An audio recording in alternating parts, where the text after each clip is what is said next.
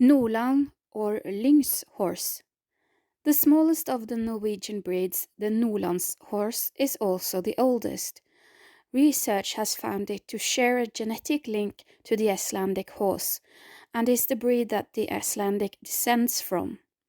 It is believed that this breed also had the extra gaits, but that it was bred out of the horse because it was bred more towards a farm pony for the smaller farms in the north of Norway, whereas the Icelandic horse was bred mainly as a riding horse. The Newlands horse is strong and a good doer and well suited to the harsh climate of the north. The breed is varied in build, from fine-boned to more heavy types. The breeding criteria seems to be more concentrated on head, colours, markings, height, which should be between 125 to 145 centimeters or approximately 12.1 to 14.1 hands high. The Newlands horse comes in many unusual colors, such as silver bay, silver black, and silver dun, as well as grey, chestnut, black, bay, palomino, and dun. The breed should not have a lot of feathers. The breed is in danger of dying out, and after machines took over its farming duties, and the World War II decimated the farms and cities in the north, there were only 20 to 30 horses left in the 50s and 60s. There are now 2,500 horses of this breed in the world, but it is still classified as in danger of extinction. The breed has two names, Nordland because of the part of Norway it stems from, and Lyngst because when they started to save the breed in the 60s, many of the horses registered came from a place called Lyngen, where the horse was called Lyngst Horse. The Newlands horse is a versatile pony used from everything from riding school pony to an all-round competition pony. It is also popular to race as a pony trotter in harness. Pony trotting races are open for children and teens from the ages 8 to 21 as a recruiting incentive to the racing sport. The children get training and have fun camps as well as social gatherings, and they race their ponies according to size. I'm Selina Lise and I'm here with one of my horses, Troll. He's a Norwegian native horse breed, the Nordlands hest or Lyngst hest as we call it.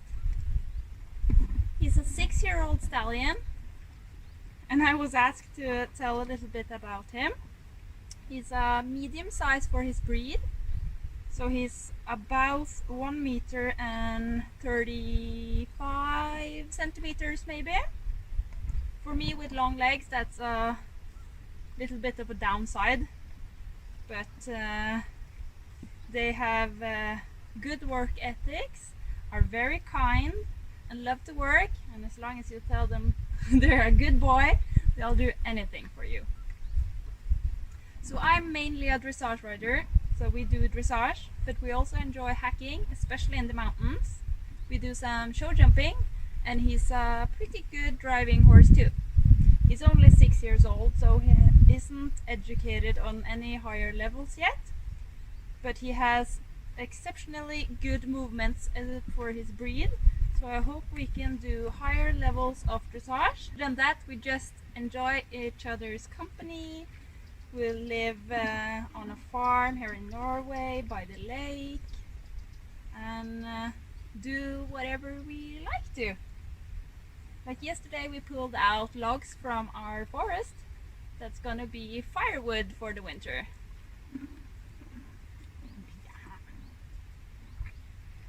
And he's a super cuddly horse. He could spend hours just cuddling, and if you give his some candy, he'll be your best friend.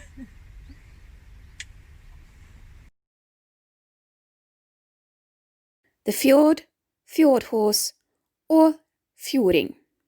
The famous one, the one everyone recognizes. The Fjord Horse is considered Norway's national horse. It has its origin on the west coast of Norway, and for many years it was called West Coast Horse. The west coast of Norway is dominated by deep fjords and high mountains, so historically people needed a horse that could manage the terrain, as there weren't that many roads and they had to ride to get from one place to another. Along with that, the fjord was a farm horse on the tiny farms, often clinging to mountainsides, and it was suited to this as it is small, strong, sturdy, and didn't need a lot of feed. Norwegian Fjord Horse Society was formed in 1949, but the first registered breed show was held in 1864, and it is now a tradition to have a breed show every year at Nordfjordeid to approve stallions for breeding. There is also a national championship and a Nordic championship for fjord horses every year, as well as an European championship, which is held more sporadically. The Norwegian breeds have the problem that they cannot import horses from abroad to lessen inbreeding. However, the fjord horse doesn't have this problem, as there are large populations of the breed outside Norway in countries such as Denmark, Belgium, the Netherlands, and Germany. The Norwegian Fjord Horse Society has set a breeding standard that manifests the importance of keeping the breed's distinct colouring, markings, and build, as well as producing a sound, healthy, and versatile horse. The dun colouring with its wild horse markings, which are found only on the last remaining wild horse, the Mongolian Przewalski horse, is how the fjord horse has looked throughout history. The fjord horse comes in 5 different dun colours, and white markings are not permitted on stallions, whereas mares can be used for breeding if they have a white star. The fjord horse should be between 135 to 150 centimeters high, or 13.1 hands high to 14.3 and a bit hands high. It should also be well muscled and have a relatively small head. My name is Mailen. I'm soon to be 27 years old, and I'm from a very small place in the northern part of Norway. And these 3 are my horses. So this is Lady, she was my first pony, and I still got her. And this is Safira, or Blommen Safira. I had her since she was born, so she's 11 years old. And this is Samsa, or Blommen Samsa. She's also born on this farm and named after the farm. And she is Safira's daughter, and she was born last year. So Safira was born in 2009. She was actually my confirmation gift from my dad. Mainly, Safira is a hobby horse and a trail horse. We do a lot of trails both in summer and winter. And our favorite part is to go trail riding up in a mountain.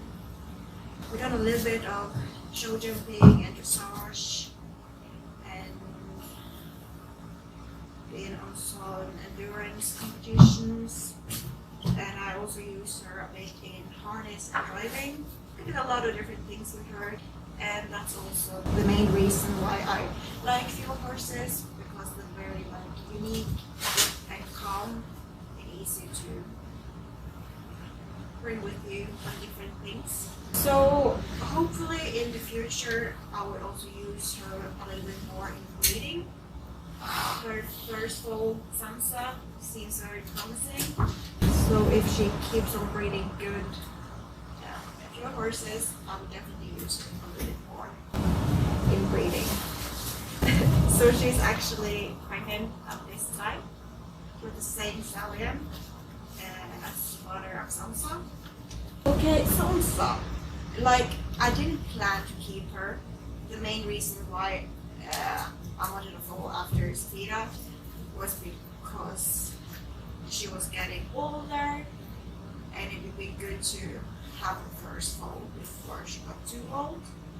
So my plan was to sell the foal and keep another one later. I feel like I just fell in love with her from the first beginning. She was very tiny and very social and very easy to train. And when she was 3 months, we went to this show, and she got the top score, 10 of 10. And that's the kind of result I'd never seen before. I was so happy, and people were asking me to how much to sell her, and yeah. And then I just decided she's actually too good to sell. The Fjord Horse is very easy to recognize because of its marks and color. You can see some of the marks here. So all Fjord Horses are dune, and that's this color. And the color comes in 5 different variations. We have brown, red, yellow, grey and white. So both Safira and Sansa are brown dune, and it's also the most common color and also a dominant color. For Fjord Horses, it's common to cut their mane like this, but I actually read someplace that the Vikings used them as a war horse, and because it's not a very big horse breed, they cut their mane to make them look a little bit bigger. Not sure if that's true, but it's a cool story.